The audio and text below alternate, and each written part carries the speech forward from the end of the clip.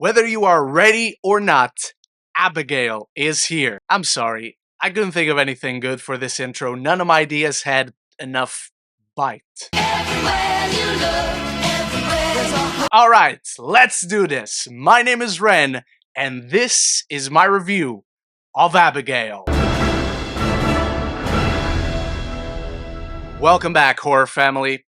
Thank you for joining me to discuss the latest feature by two of Hollywood's most exciting filmmakers, collectively known as Radio Silence, who with Abigail tell us the story of a mysterious group of criminals who kidnap the 12-year-old ballerina daughter of a powerful underworld figure.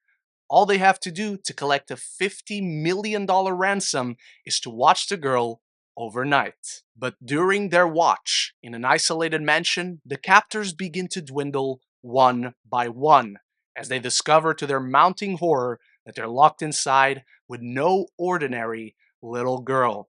And ever since the incredible Ready or Not, Radio Silence have been, for me, filmmakers to keep an eye on. They've proved that repeatedly by revitalizing the Scream franchise with Scream 2022 and Scream 6, and with Abigail they prove yet again they have so much to offer to the horror genre. I'm a big sucker for secluded thrillers because as storytellers there's nothing more challenging to keep the audience engaged through the runtime. It's one of the big reasons why I love Ready or Not, and Abigail has a lot of similarities to that film, but also it feels like it twists the premise in and of itself. This is a film where the antagonist is all alone and there are several protagonists trying to survive against this monster, which is one of the things that the marketing spoiled. We all knew ever since that first trailer came out, oh shit, that little girl is a vampire,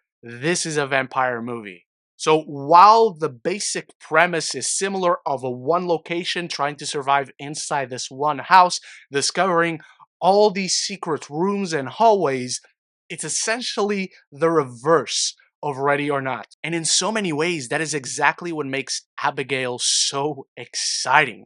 Radio Silence are turning the tables on their own premise, on their own tropes as storytellers. And because the marketing has already spoiled this little girl is a vampire, the film plays with your expectations and with the inherent intrigue of the premise throughout that first half, because it allows the characters to flesh out their dynamic and get to know one another. It plays with the trope of exposition that is necessary for films so well. Because these characters don't know each other, because they are all using fake names, and because they don't necessarily trust each other, there's a lot more intrigue and a lot more tension between the unit even before the bonkers vampire shenanigans gets going. The first half of the film really kept me engaged, almost to the point I forgot we were waiting for the vampire to come out. But when that vampire comes out, it is bonkers, it is bloody, it's insane, and it is all kinds of camp. And this movie loves being exactly that. You need to know that while this is a tense, thrilling, full-on horror film, there's a lot of humor in this. A lot of very dark humor, a lot of very abrasive humor. Nothing feels tonally off in this film, particularly because this cast of characters is so good. They share so much chemistry with one another. They have so much charm, even though they're not really good people. But that first half allows these dynamics to be flashed out and for you to start feeling like you're amongst the pack, like you're trapped in this house with them. And so it gives you that sense of claustrophobia while raising the tensions and the frictions between characters. Melissa Barrera is excellent. The underrated Kevin Durant is one of the highlights of this film. He is so good. There's so much personality, not just to him, but every single line of dialogue he says. And Dan Stevens, who is completely unhinged from the beginning, and he only outdoes himself throughout the entirety rest of the film.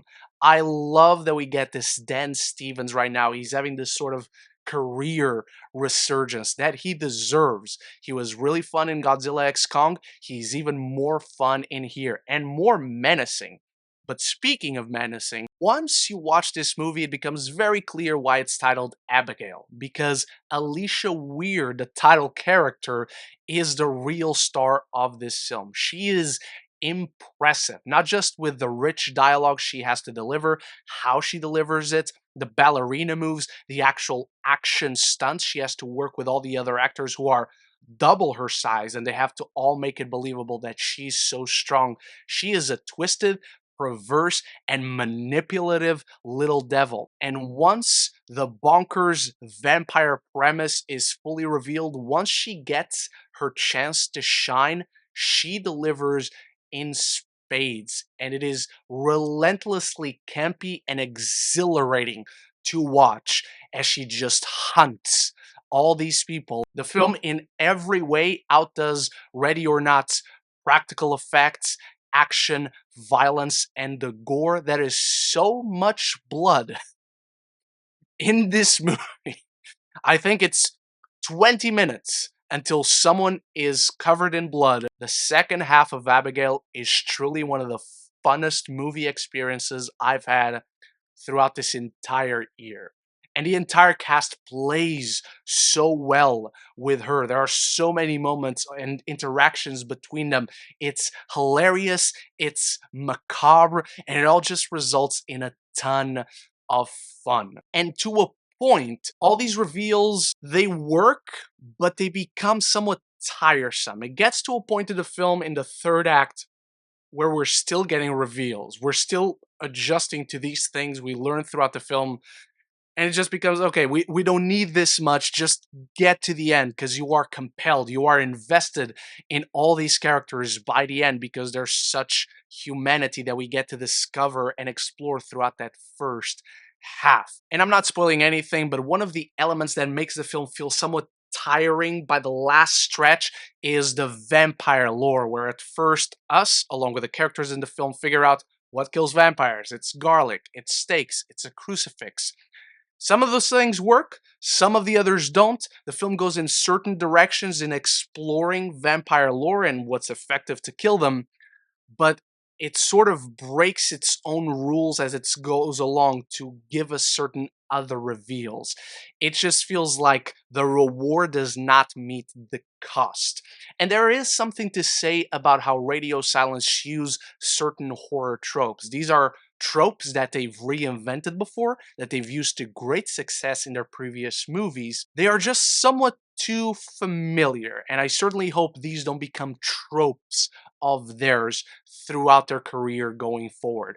But Abigail put a huge smile on my face. I laughed, I was horrified, I was tense. There are some great surprises in the film. It is borderline a great movie. There are just some repetitive elements as the movie goes along that really start to be noticeable, perhaps a little bit too noticeable over all the incredible things the film has to offer. But it is easily one of the best vampire movies I have seen in the last 5 years. So, as I dive into my final thoughts on Abigail, it's time for you to start the conversation in the comments below. Let me know your thoughts, your excitement on Abigail, your favorite radio silence film, and if you're enjoying this review, want to see more like it, plenty more on this playlist. And of course, if you want to talk more movies and TV with me, this is the place to be. Consider clicking that subscribe button, and you won't miss any future conversations on your favorite movies